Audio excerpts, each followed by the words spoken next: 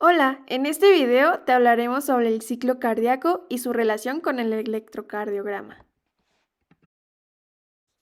Bueno, empezaremos explicando el ciclo cardíaco. El ciclo cardíaco es una secuencia de alternancia entre la contracción y la relajación, que es la sístole y la diástole, de las aurículas y los ventrículos. El ciclo cardíaco necesita el sistema de conducción eléctrica porque los impulsos eléctricos generados por el músculo cardíaco estimulan el latido del corazón. Esta señal eléctrica se origina en el nódulo sinoauricular, ubicado en la parte superior de la aurícula derecha. El nódulo también se denomina el marcapasos natural del corazón. Cuando este marcapasos natural genera un impulso eléctrico, estimula la contracción de las aurículas. A continuación, la señal pasa por el nódulo auriculoventricular. El nódulo auriculoventricular detiene la señal un breve instante y la envía por las fibras musculares de los ventrículos, estimulando su contracción. Aunque el nódulo sinoauricular envía impulsos eléctricos a una velocidad determinada, la frecuencia cardíaca podría variar según las demandas físicas o el nivel de estrés debido a los factores hormonales. Ahora hablaremos sobre las etapas del ciclo cardíaco. La primera etapa es la diástole atrial y ventricular. Es donde se llenan los atrios. Las aurículas y los ventrículos están relajados. La sangre fluye por diferencia de presiones desde las venas cavas y pulmonares hacia las aurículas. Las válvulas auriculoventriculares, mitral y tricúspide, aún están cerradas. La sangre gradualmente se acumulará y empezará a aumentar la presión auricular. La segunda etapa es la sístole atrial, diástole ventricular y apertura de válvulas atrioventriculares. Esta está caracterizada por un flujo rápido y pasivo de la sangre desde las aurículas hasta los ventrículos. Las válvulas mitral y tricúspide se abren y permiten un flujo rápido de la sangre acumulada desde las aurículas a los ventrículos, aproximadamente un 70 a un 80%. En esta fase, el llenado ventricular se termina. La tercera etapa es el cierre de las válvulas atrioventriculares, que genera el primer sonido. Esta fase es isovolumétrica. Isovolumétrica es que el volumen de los ventrículos se mantiene constante. Cuando el impulso eléctrico despolariza el músculo ventricular, la presión aumenta dentro de los ventrículos. La presión seguirá aumentando, acercándose a la presión aórtica y pulmonar. Las válvulas auriculoventriculares se cierran cuando la presión de los ventrículos excede la de las aurículas. La cuarta etapa es la sístole ventricular, apertura de las válvulas aórtica y pulmonares. Se caracteriza por la presión de los ventrículos, se hace mayor que la presión de las arterias aorta y pulmonar. En este momento se abren las válvulas pulmonares y la sangre es expulsada del corazón. Es importante notar que, aunque la presión del ventrículo izquierdo es mayor a la del ventrículo derecho, ambos ventrículos tienen el mismo volumen de sangre. Esta cantidad se conoce como volumen latido. Y por último tenemos el cierre de las válvulas aórticas y pulmonares. Aquí se crea el segundo sonido. Es la diástole ventricular. La presión de las arterias pulmonares y la aorta son mayores que la presión de los ventrículos. Esto produce que las válvulas aórtica y pulmonar se cierren y se hace una interrupción súbita del flujo. Para explicar la correlación que existe entre el ciclo cardíaco y el electrocardiograma, pues es necesario saber algunos conceptos, como por ejemplo que el electrocardiograma es la representación gráfica de la actividad eléctrica del corazón en función del tiempo, así como que el electrocardiograma está compuesto por ondas, segmentos e intervalos.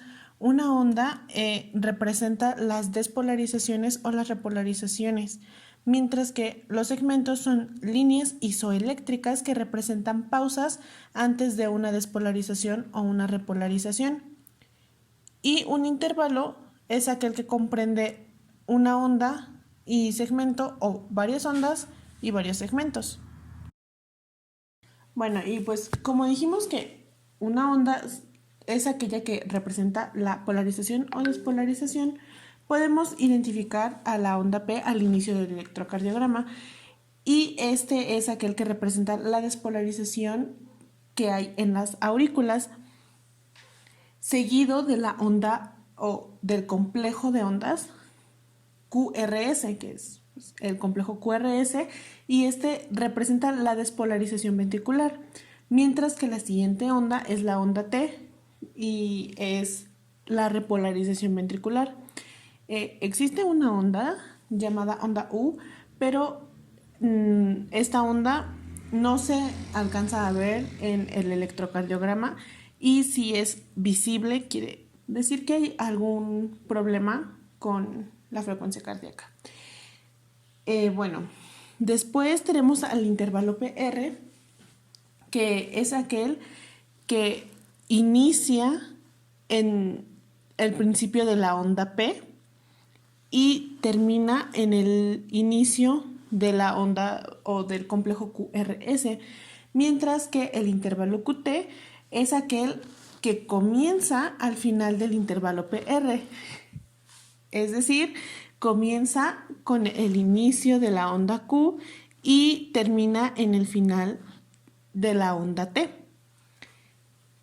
Los segmentos, existen dos segmentos, uno es el PR y este es ejecutado desde que finaliza la onda P hasta el comienzo del complejo QRS o de la onda Q, mientras que el complejo ST es esa pequeña pausa que está al final de la despolarización del ventrículo, y es el momento en el que se prepara para repolarizarse una vez más este ventrículo. Como expliqué en la diapositiva anterior, hay que recordar que tenemos una onda P, un segmento PQ o PR, tenemos el complejo QRS, seguido del segmento ST, y finalmente tenemos a la onda T. En el diagrama que se ve en la pantalla, pues tenemos repetido dos veces esta secuencia, desde la onda P hasta la onda T, dos veces. Entonces, durante la onda P es en donde sucede la despolarización auricular. Esta onda coincide con la parte final de la diástole, que es el llenado ventricular por contracción auricular. Después de este momento es donde llega el segmento PR, que es en donde sucede la despolarización del nódulo atrioventricular, donde hay un silencio eléctrico y da un tiempo para que termine de pasar la sangre desde los atrios hacia los ventrículos. Entonces, justo en este momento comienza el segmento QR, que representa la despolarización del tabique ventricular. En la parte más alta, o sea, la onda R, es el momento en el que se produce el primer sonido cardíaco, y justo junto con la emisión de este primer sonido es donde comienza la sístole del corazón. Este momento es cuando existe la suficiente presión como para que las válvulas atrioventriculares puedan cerrarse. Sin embargo, pues ahora ya en la bajada de la onda R hacia la onda S es el momento en el que el ventrículo aumenta de presión, pero no lo suficientemente fuerte como para que la sangre salga hacia las arterias aórtica y pulmonar. A este momento, al momento en el que existe esta presión, pero la sangre sigue dentro, se le conoce como contracción isovolumétrica, debido, pues, como ya dije, a que la sangre no puede salir de el ventrículo, pero el volumen del ventrículo pues tampoco cambia. A nivel de la onda S, es en donde existe la apertura de las válvulas semilunares, que es la válvula aórtica y la válvula pulmonar, y es cuando comienza la eyección o la expulsión. Esto se da durante el segmento ST y una buena parte de la onda T. Y justo cuando comienza el cierre de las válvulas semilunares, comienza la diástole. Esta diástole marca el final de la sístole junto con la emisión del segundo ruido cardíaco. Una vez que llega al final, a la parte terminal de la onda T, se da una relajación isovolumétrica y es en donde se da la apertura de las válvulas atrioventriculares y pasa la sangre de las aurículas hacia los ventrículos y en este proceso es en donde se lleva a cabo el llenado de sangre del ventrículo y pues este ciclo se repite nuevamente. Entonces, ¿qué es lo que no hay que olvidar? Que durante la onda R se produce el primer ruido cardíaco, mientras que en la parte terminal de la onda T es en donde sucede el segundo ruido cardíaco. A continuación explicaremos algunos electrocardiogramas de los cuales identificaremos los latidos por minuto. Cabe mencionar que existen diversas maneras de obtener la frecuencia cardíaca y a continuación explicaremos un par de ellas. Primero debemos de saber que la frecuencia cardíaca se divide básicamente en dos: frecuencia cardíaca regular e irregular. Para esto, primero debemos identificar que nuestro ritmo sea regular. Debemos de identificar los puntos más altos de nuestro electrocardiograma, conocidos como puntos R. Como podemos observar en nuestra imagen, nosotros tenemos un SG de 75 latidos por minuto. Esto lo deducimos de la siguiente manera. Como podemos observar, nuestro electrocardiograma está dividido en cuadros grandes y en cuadros pequeños. Nuestra primera fórmula se basa en los cuadros más grandes. Debemos identificar que las distancias entre R y R sea la misma. En este caso son 4 cuadros grandes.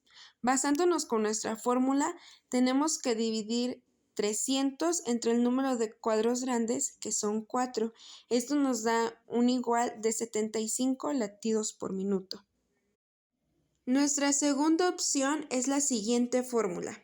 Ritmo regular es igual a 1500 entre el número de cuadros pequeños.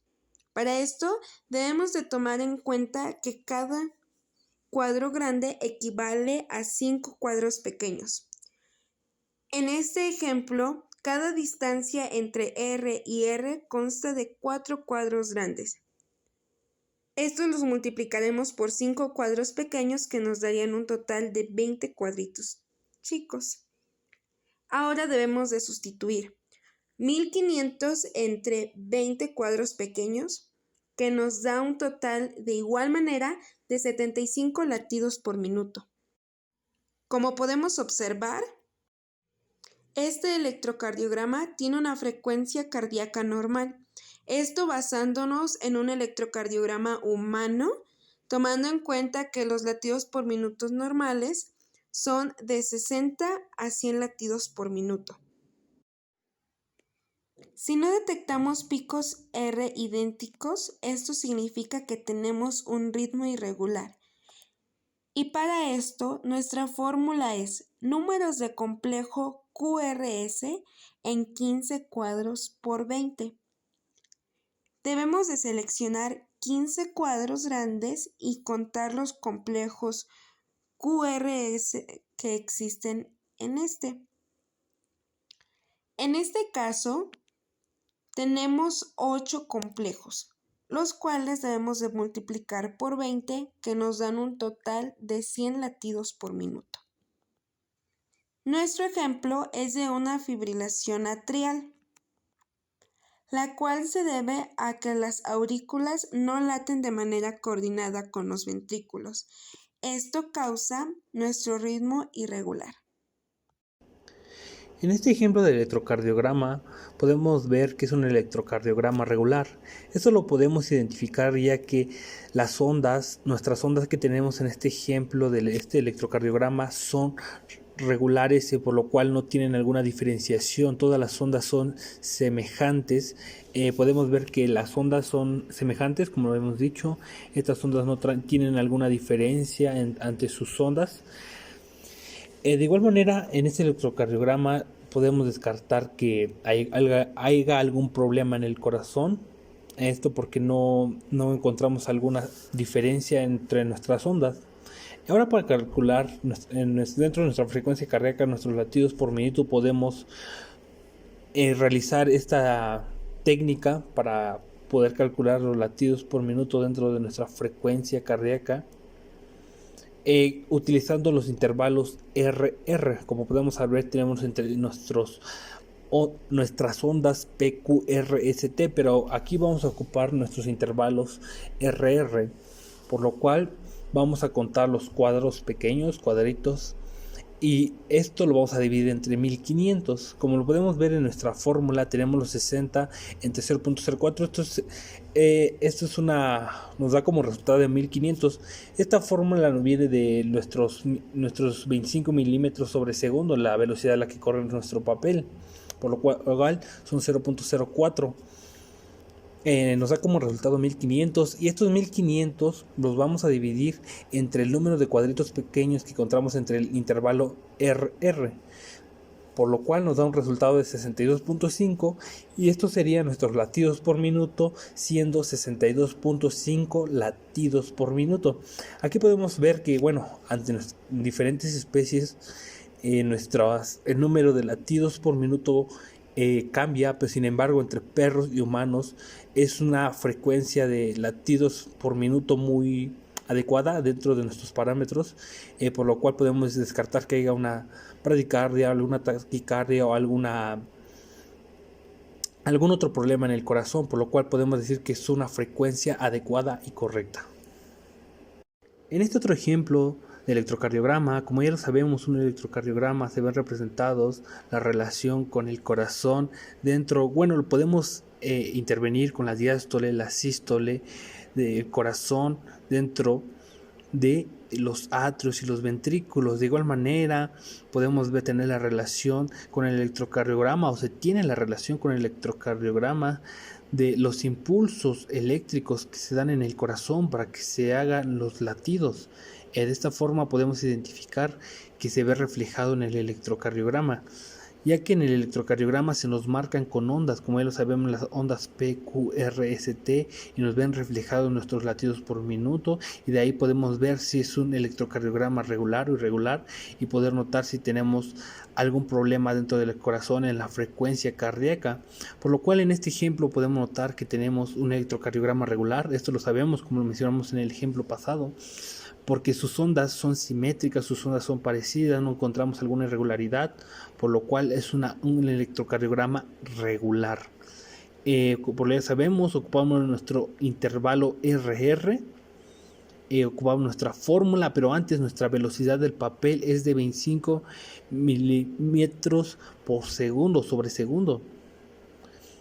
Ocupamos nuestros 1500 que nos dan de nuestra división. Estos 1500 los dividimos entre 18, porque tenemos 18 cuadritos entre el intervalo RR, por lo cual estos 18 son divididos 1500 entre 18 y tenemos 83.3. Estos 83.3 son nuestros latidos por minuto, por lo cual tenemos nuestros latidos por minuto, los cuales son de una frecuencia cardíaca adecuada. Como lo podemos ver, esto no es una frecuencia de latidos por minuto muy adecuada.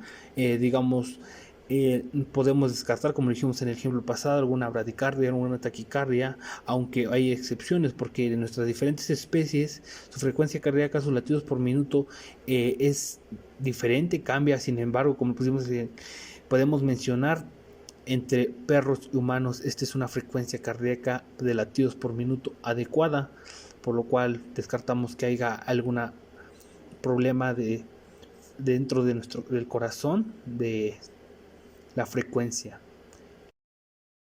Gracias por ver el video, espero te haya servido.